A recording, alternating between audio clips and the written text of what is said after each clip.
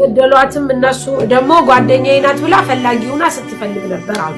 እንግዲህ አስብ ጓደኛዬ ፈልጉልኝ ምናምን እያለች ማለት ነው አንዷም እንደዚሁ። ስለዚህ የገደሏትም ሀበሾች ናቸው። ደግሞ ከነሱ ጀርባ ሌላ ሰው ይኖራል። መቼም ሴቶቹ ብቻቸው እንደዚህ ያረጉ። ደግሞ ከጀርባው ሌላ ሰው አለ።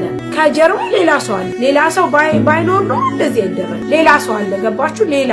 ሌላ አካል አለ። አንደኛ ቤሩት ላይ በጣም ልጆቹ በራሳቸው ሀገሪቷ በራሳቸው ህጋቸው ይሄን ያህል አይደለም። ሁለተኛ የኛ ልጆች ሀበሾቹ መጠንቀቅ አለባቸው። አበሻዋን አረደች ሲባል ቆራጣ ጣለች ሲባል ምንድነው የሚባለው? እዩቴነ እንግዲህ ይሄ ገላት ወጣ ነው የተባለው። ከዛ በኋላ ከገደለቻት በኋላ ቤት ውስጥ ካስቀመጠች በኋላ እንደገና 2 ቀን ከተቀመጣ ለማውጣት ሬሳውን ወደ መሽተት ሲመጣ አውጥታ የት ነው ከተተችው አሉ? ባህር ውስጥ ደግሞ ከታት ደግሞ ባህሩ ተፍቶ አወጣት። ከዛ በኋላ ተገኘች። አስክሬኗን ብታዩ ይዘገንናቸዋል። ተነፋፍቷል። ምን ብሏል? በቃ ቃላት አጠረኝ። አይ በቃ አሁንስ ኢትዮጵያዊነት ፊሺ ጋላት ትክክል ያልሆነ ነገር አለ ጎበዝ። እኛ ኢትዮጵያዊ ያለ የሆነ የረገመን የሆነ ነገር አለ እንጂ ይሄ ሊሆን አይችልም። አሁን እንግዲህ ልጅቷ ተይዛለች ነው የተባለው እንደሰማሁት ኢንፎርሜሽን ከሆነ። ግን ከዚህ በኋላ ለሚወጣብን የሆነ በመንግስትም ይሁን በምንም እኛ ንጹሃን ምን እስኪ ንገሩ። የዚህን ያህል እዚህ ደረጃ ደርሰናል። በቃ ተፈራራን ማለት ነው። በእናታችሁ ጓደኛ እንዳትይዙ። እኔ ሲጀመር ከድሮም ጀምሮ እንደምታቆይ ነው ጓደኛ አልወድም፣ አልፈልግም። ጓደኛዬ ሚስቴ ናት፣ ጓደኛዬ ስጋዬ ነው ብዬ ነበር የምናገረው። እንዳንተ ደግሞ እባካችሁ ጓደኛ በቃ አትያዙ። ስደት ላይ የመጣችሁት ከፕሌን ገና ስትወርዱ ራሳችሁን ችላችሁ ለመለወጥ ነው የመጣችሁ። ከዛ ውጪ ግን አበሻ ጓደኛ እንዳትይዙ። ለምን በሉኝ። በዚህ ኬስ እኔ ደንግጫለሁ። አሁን መጪውን አላቅም ምን እንደሚከሰት። ነገር ግን በዚህ ደረጃ እንደው በፊትስ አንድ ካስታውሳችሁ ተቆራጣ የተገኘች ነበረች። እሱ ሶሪያ ነው ተብሎ ተቀውጦ ምናምን አለፈ። አሁን ደግሞ አበሻዋን አረደች ሲባል ቆራጣ ጣለች ሲባል ምንድነው የሚባለው? እንደው ይሄ ኢንፎርሜሽን እንደደረሰኝ ኢንፎርሜሽን አይሁን፣ በእናታችሁ እንዳይሆን እኔ ጸሎቴ ነው። በቃ አበሻ እንዳትሆን በቃ እኔ አላመንኩማ። በቃ خلاص አላመንኩም። ላምን አልችልማ። አበሻ ጓደኛዋን በእንዲህ አይነት መልኩ ገላ ወጋግታ ቆራርጣ ከዛ በኋላ እንዴ ሆረር ፊልም ነው እንዴ? የት ነው ያለ ነው? ምንድነን እኛ ጎበዝ እንዴ? ይልቁንም በሰው ሀገር መደጋገፍን መተቃቀፍን መነጋገር ስንችል እንዴት አይነት ጊዜ ላይ ደረሰን? በህይወታችን ዘመን ሁሉ እኛ ያላሰብነው ያልተዘጋጀንበት ነገር ቻሌንጅ ሊገጥመን ይችላል። እኛ በማናቀው ስልት በማናቀው መንገድ ባለመነው ከዚህ በፊት ባልሄንበት መንገድ ከዚህ በፊት ባልተፈተንበት መንገድ ጠላት ወደኛ ሊመጣ ይችላል። ግን ያልተለመደውን ባልተለመደ የሚያሸንፍ ጌታ ከኛ ጋር አለ። ኃይልን የሚሰጥ ከኛ ጋር አለ። ጠላት ገዝፎ ቢታይም እግዚአብሔር ግን አለ። አሸናፊነትን ለኛ የሚሰጥ ጌታ ከኛ ጋር አለ። በምድር እስካለን ድረስ ለጊዜው ነው እንጂ በምድር እስካለን ድረስ እንደየ አገልግሎታችን መሰላሉን በወጣንበት መጠን ፈተናው ይጨምራል። በነገራችን ላይ ሰው ባወቃችሁ ቁጥር በተቀመጣችሁበት መጠን ነው የምትጠሉትም የምትወደዱትም። አንዳንድ ጊዜ ሰው ሁሉ ሊረግማችሁ ይችላል። የሚገርም ነገር ነው። ቅጠሉ ሳሩ ማያቃችሁ ሰው ሁሉ አቤት እሱ ሰውዬ እሱ ሰውዬ እየተባለ እኔ ስንት ጻድቁ የሚባል ሰውዬ ብሎ አንዱ ጥቁር ረጅም ወፍራም እኮ ነው ብሎ ለአንዱ ያወራል። እንደ ሰውነቱ ልቡም ድንጋይ ደንዳና ይላል። አያቀኝም። አሁን ነው የፈርኩት። እኔ ደግሞ ቀጭን ጥቁር አይደለሁም። ጌታ ይመስገን። ቆንጆ ሰልካካ አፍንጫ ያለኝ ሃሌሉያ። አውቄ ነው። ጥቁርም እንደ መኃልየ ዘሰሎሞን እኔ ጥቁር ነኝ ግን ውብ ነኝ ብላለችና ጥቁርም ቆንጆ ነው። እግዚአብሔር የፈጠረው ሁሉ ቆንጆ ነው። እኔ ስለ ቁንጅና አይደለም ማወራ። ሰይጣናን በደረስንበት ደረጃ ቀድሞ ባልተፈተነው መንገድ ሊመጣብን ይችላል። ግን ጌታ አለ። ትናንት በብላቴንነታችን ዘመን በልጅነታችን ዘመን ማንም በማያቀን ዘመን ስም ባልነበረን ዘመን ያቆመን ከኛ ጋር የሆነ ያሳለፈን ጌታ ዛሬም አለ። ሰልፍ በምድር ላይ እስካለን ድረስ የሰው ሕይወት በምድር ላይ ብርቱ ሰልፍ ነው። እጅግ በጣም የሚጎዳው ደግሞ ከወዳጅ የሚመጣ ሰልፍ። የአሁኑ ዘመን ፈተና ግን የነፍስ ነው፣ የመንፈስ ነው። ሁለንተናችሁን ነው የምትፈተኑት ዘንድሮ። አሁን በ21ኛው መቶ ክፍለ ዘመን አካላዊ ብቻ አይደለም። ዛሬም የአካል ድብደባና ስቃይ የሚደርስባቸው የኛ ወገኖች አሉ። ሰውነታቸው የሚተለተል አሉ። አሁን አህያውን ፈርቶ ዳውላውን አይነት ማለት መከራ የሚቀበሉ ወንድሞችና እህቶች አሉ በለ ስሙን በማልጠራው ክልል ግን እሱ ስለ ክርስቶስ ነው። አንዳንድ ጊዜ ግን ነፍስን የሚወጋ ዳዊት ጎልያድን አሸንፏል። ዳዊት ሳኦል ሲያሳድደው በኔና በሞት መካከል አንድ እርምጃ ቀርቷል ብሏል። ዳዊት ግን ከራሱ የወጣ ስሜቱን መግዛት አቅቶ ሞቷል። በዛ ምክንያት ኃጢአት ደራርቦ ሰርቷል። ስለዚህ በምድር ላይ እስካለን ድረስ ያልገመትነው ያልጠበቅነው ቻሌንጅና ፈተና ቢገጥመን ትናንት ያሻገረን ጌታ ዛሬም ያሳልፈናል፣ ዛሬም ያሻግረናል። ፍልስጤማውያን ጭፍሮቻቸውን ሰብስበው በይሁዳ ባለው ሰኮት አከማቹ ይላል። እንዳውም እንደ ቅኝ ግዛት መሬታቸውን ይዘውባቸው ስለነበረ ተከማቹ እና ሰፈሩ። ሳኦልና የእስራኤል ሰዎች ተከማቹ፣ በኤላ ሸለቆ ሰፈሩ እና ቅድም ያየነው መካከላቸው ሸለቆ አለ። ከዚህ በኩል ተራራ፣ ከዚህ በኩል ተራራ ነው። ለጦርነት ተዘጋጅተው ወጡ። ያለታ ግን የገጠማቸው ሁለት ከባድ ነገር ነው። አንደኛ ያልተለመደ ዝግጅት ያልተደረገበት የጦር ስልት ፕሮፖዝ ተደረገ። ይሄ ጦርነት የሻምፒዮንስ ጦርነት ነው፣ የአሸናፊዎች ነው። ጎልያድ የሚባለው ሰው በጣም በራሱ ስለተማመነ ሳኦልም ያውቀዋል፣ ስሙን ታሪኩን ሰምቷል። ከልጅነቱ ጀምሮ ጀግና ነው ተብሎ የሚታወቅ ሰው ነው። ወንድሙም የዳዊት ሰዎች በኋላ ገለውታል ይታወቃል። እንግዲህ አንዳንድ ቤተሰብ ትንሽ ጀግና ይበዛዋል ታውቃላችሁ። አሁን ስም አልጠራም፣ ጀግና የሚበዛቸው ሰዎች አውቃለሁ እኔ ቤተሰባቸው ውስጥ።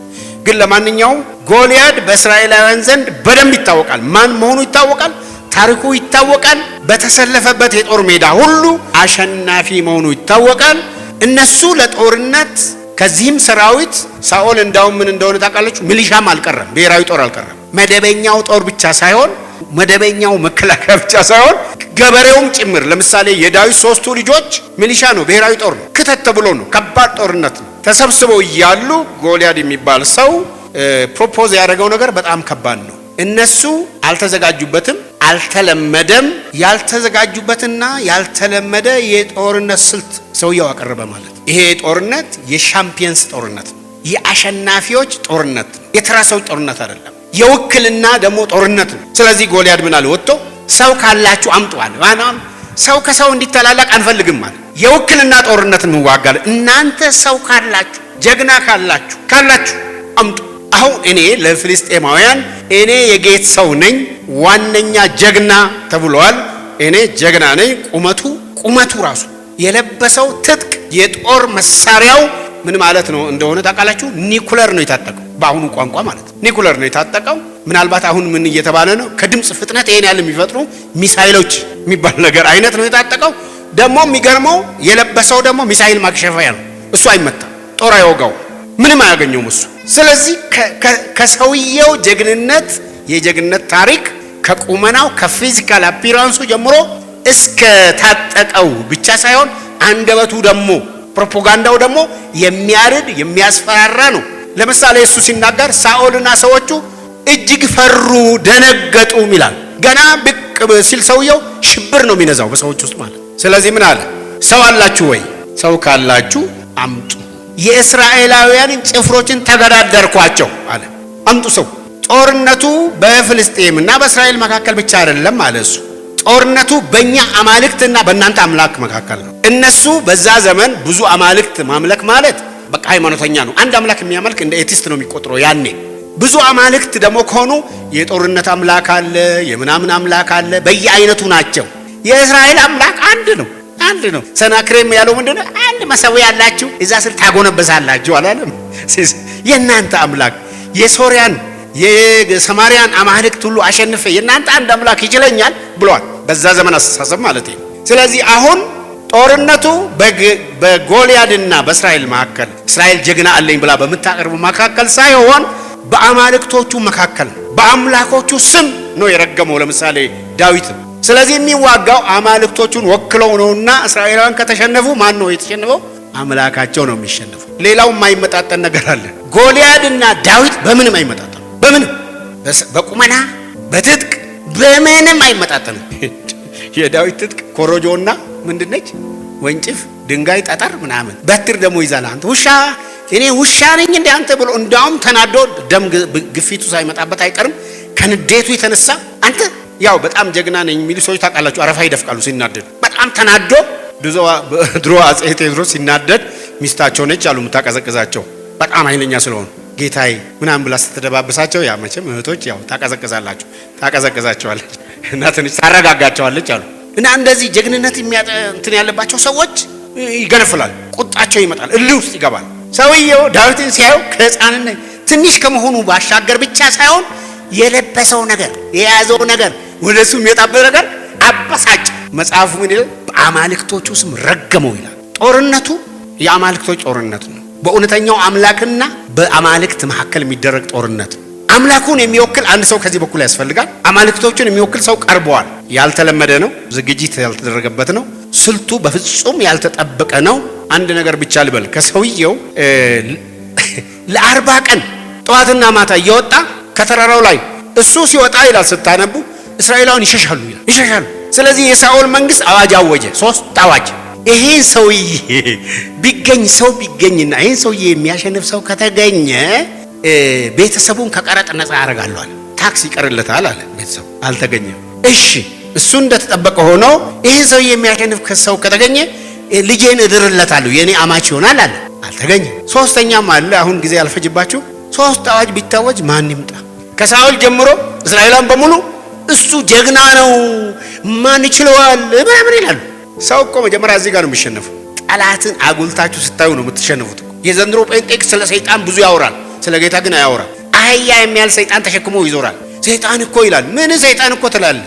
አንድ ጊዜ አንድ ልጅ አሁን እንኳን ትልቅ ሰው ነው፣ እኛ ያው እንደ አንደርግራውንድ ስለሆነ እንደዚህ የሆነ ማስክ አድርገን ምናምን ገብተን ነው ከተማ የምንገባው፣ እንደዚህ አጥልቀን ነው የምንገባው። እና እዛ ቁጭ ብለን ሰው እናገለግላለን። ማታ ገብቻለሁ፣ አገልግያለሁ፣ አላየሁም።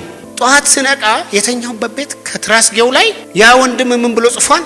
ጠላቴ ሆይ ዛሬስ በየት በኩል አነጣጠርክብኝ ብሎ ጽፏል። ልብ አድርጉ። ሰውየው ጠዋት ሲነሳ ጠላቴ ሆይ ዛሬስ በየት በኩል አነጣጠርክብኝ፣ ማታ ሲተኛ ጠላቴ ሆይ ዛሬ በየት በኩል አነጣጠርክብኝ። ደግነቱ እኔ ያገለገልኩ ስለሆነ ና ስሙን ጠራውና አቤት አለ። አንሳው እሱን አልኩት። አየኝ። አንሳው ነው ማለት አነሳ። ቅደድ አልኩት። አየኝ። ቅደደው አልኩት። ያው የኔ ደቀ መዝሙር ነው እምቢ ማለት አይችልም። ቅደደው። ቀደደ። በል እኔ አሁን ምነግርን ጽፈህ ትለጥፋለህ። እሺ አለ። ከዛሬ ጀምሮ እስከ ዘላለም ድረስ እግዚአብሔር መውጣትና መግባትን ይጠብቃል የሚለውን ጽፎ ለጥፍ አልኩት። አሁን ይሄ ሰይጣን በፈለገበት በኩል ያነጣጥር ዱ አይ ኬር። እኔን የሚጠብቅ አይተኛም አያንቀላፋ። ከዛሬ ጀምሮ እስከ ዘላለም መውጣቴና መግባቴን ይጠብቃል እሱ በፈለገበት። ምን ይሄ ምንድን ነው እሱ? ሰውየው 40 ቀንና 40 ሌሊት ጠዋት ይመጣል። ሰው የላችሁም ወይ ምናምን ግር ይላል። ለምንድን ነው ጠዋት የሚታያቸው? እኔ ሳስበው ቀኑን በሰላም እንዳይውሉ ነው። ቀኑን በሙሉ ሲረበሹ እንዲውሉ። ማታ ለምን ይታያቸዋል? ሌሊቱን ሲያቃዣቸው እንዲያድሩ 24 ሰዓት ሙሉ ቴሮራይዝ ያደርጋቸዋል። ሰው አምጡ። እግዚአብሔር የሚገርም አምላክ ነው። እግዚአብሔር ማንም በማያውቅበት ዘመን ከሁሉ እጅግ ታናሽ የነበረውን አባቴና እናቴ ትተውኛል ጌታ ግን ተቀበለኝ ያለውን፣ አባቱ ከልጆች መካከል ንጉሥ የሚሆን አለ ሲባል ያላቀረበውን፣ ለእናቴ ልጆች ለወንድሞቼ እንደ እንግዳ ሰው ሆንኩባቸው ያለውን፣ በልጅነቱ የአባቱን በጎች ሲጠብቅ እግዚአብሔር ያለማመደው ያሰለጠነው አንድ ብላቴና ተገኘ። 3 ወንድሞቹ ጦርነት ሄደዋል። በስውር እግዚአብሔር ያዘጋጀው እግዚአብሔርም ለጦርነት ቀን ያለማመደው አንድ ሰው ተገኘ። ከእስራኤል ተግዳሮትን የሚያነሳ እዚህ ላችሁ እንደሆነ ወንድሙ ሲያየው እሱ የተላከው አባቱን የላከው በል እስቲ ስለ ጦርነቱም ጠይቅና ወንድሞችም እዛ ስለሄዱ ስንቅ ውሰድና ወሬም ሰምተልኝ ና ብሎ አባቱን የላከው። መጥቶ ሲሰማ ሰው ሁሉ ይሸሻል። ዳዊት አየ። ምንድነው ይሄ ሰው ይያል? እንደዚህ ነው አሉት። ይሄን ሰውዬ ለሚገል ምን ይደረግለታል አለ። ነገሩት የሚሆነውን በሙሉ ማለት ነው። እዛ ሄድና ይጠይቃል። ያው ልጅ ነው። ታላቅ ወንድሙ መጥቶ ምን አረጋ ይላል? ቁጣው ነደደበት ይላል በላዩ ላይ። ምን አጠፋው እኔ አንተ አለው። ታላቅ ወንድሙ ምን እንዳለው ታውቃላችሁ አይደል? እኔ አንተ ይኸውልህ እኔ አመፀኝነትህን የልብ እልከኝነትህን እኔ ምን አረጋለሁ አለ። እኔ አውቃለሁ። ታላቅ ወንድሙ ኤልያብ ከሰዎች ጋር ሲነጋገር ሰማ። የኤልያብ ቁጣ በዳዊት ላይ ነዶ ለምን ወደዚህ ወረድክ? ተልኮና እነዚያን ጥቂት በጎች በምድረ በዳ ለማን ታውቃቸው? አይ ካለቃችሁ በኋላ በጎች ምን ያደርጋሉ? እኔ ኩራትና የልብን ክፋት አውቃለሁ። ሰልፉን ለማየት መታላለሁ። ለምንድን ነው ታላቅ ወንድሙ ታናሹን እንደዚህ ሚስ አንደርስታንድ የሚያደርገው? እኔ የልብን ኩራት አውቃለሁ። ለምን እንደሚለው ታውቃላችሁ? እኔ ስገምተው ማታ ማታ እሳት ሲሞቁ የድሮ ልጅ አባት ጋር አያወራም፣ እንዳሁኑ አይደለም። ድሮ እኛ አናወራም ከአባቶቻችን ጋር። እኔ እንኳን ትንሽ ደፋር ስለው አባቴ ጋር ማወራም፣ ግን ከአባት ጋር ደግሞ እርስ በርስ ነው የምናወራ። እና ዳዊት ማታ ማታ ይገርማል። ድብ መጥቶብኝ የእግዚአብሔር መንፈስ ፕላይ መጥቶ ቦጫጨቁት፣ ገደልኩት። አቤት ጉራ ቶሪ ንፋው በቃ ዝም ብለህ በቃ ፕሮፓጋንዳ ትነዛለህ። አንበሳ መጥቶ ይላል እና በየቀኑ ይሄ የሚያወራውን ወጣቶች በእናንተ ቋንቋ የሚቀደድ መስሎታል። ዝም ብሎ የሚያወራ ስለዚህ ምን አድርጎ ገመተው? ትዕቢተኛ ነው። ዝም ብሎ ወሬ። አንበሳ አንተ ትገላለህ? አንድ ብላቴና አንበሳ እስቲ ሲገል ድብ ሲገል እስቲ አንበሳ ምን እንደሆነ ማያቅ ሰው ይመስላል አይደል? ስለዚህ ምናልባት እግዚአብሔር በሱ የሚሰራውን ነገር መስክሮላቸው ኖ this is አይሆንም ምናምን ብለውት ሊሆን ይችላል። አሁን ሲያየው ይሄ ሰውዬ ከድሮም አውቀዋለሁ፣ ቁጣው ነደደበት። ምን አጠፋው? እሱ ሰው የሚጠይቀው ምን ነው? ንጉሱ ምን ያደርጋል? ለምሳሌ እስራኤል ሰዎች ሲመጣው ይሄን ሰውዬ ለሚገል ተግዳሮትን ከእስራኤል ለሚያስወግድ ምን ያደርጋል ንጉሱ ይላል። እጅግ ባለጠጋ ያደርገዋል። 1 ልጁን ይድርለታል። 2 የአባቱን ቤተሰብ ከቀረጥ ነፃ ያደርጋል። 3 አዋጅ። አያችሁ፣ ኢንቨስተር ያደርገዋል እሱ ሰውየውም ማለት ነው። ገንዘብ አምጥቶ ከየት እንደሚያወጣ እናቅም፣ ግን ኢንቨስተር ያደርገዋል። ኢንቨስተር። አንዳንድ ሰዎች እኮ ሻይ በዳቦ ምናምን ከኛ ጋር በምን ቤት ሄደው እንደዛ እንደሚሆኑ እኔ ግራ እየገባኝ ነው። እንኳን እግዚአብሔር ባረካቸው፣ ግን እግዚአብሔር ከሆነ ጥሩ ነው፣ ካልሆነ አይቆይም። ታውቃላችሁ። ለማንኛውም ይሄን ሁሉ ያደርግለታል ሲባል ዳዊት እኔ ይሄን ሰውዬ ማንም ስለዚህ ሰውዬ ልቡ አይወደቃል፣ እኔ ገጥመዋለሁ። ይሄ ሰውዬ ለምንድን ነው የሚገጥመው? እግዚአብሔር በስውር ማንም በማያውቅበት ዘመን እግዚአብሔር ያለማመደዋል። መዝሙር 23 እኮ ይሄ ነው። እግዚአብሔር እረኛዬ ነው የሚያሳጣኝም የለም ያለው እኮ በሞት ሸለቆ ውስጥ አራዊቶች መካከል ሲሄድ እግዚአብሔር ጠብቆት ታድጎት አድኖት የእግዚአብሔርን እጅ ስለሚያውቅ እግዚአብሔር በስውር ያዘጋጀውን ለሻምፒዮኑ ቀን ለሻምፒዮኖች የተጋድሎ ቀን ለዋነኞች የውጊያ የጦርነት ቀን እግዚአብሔር በስውር ያዘጋጀው ኦልሬዲ ሰው አለ። ፍልስጤሞች ያውቃሉ፣ እስራኤላውያን አያውቁትም፣ ግን እግዚአብሔር ያዘጋጀው ሰው አለ። ስለዚህ ያ ቀን የውክልና ጦርነት የሚካሄድበት ነው። አምላኩን መወክለው የሚዋጋ አለ።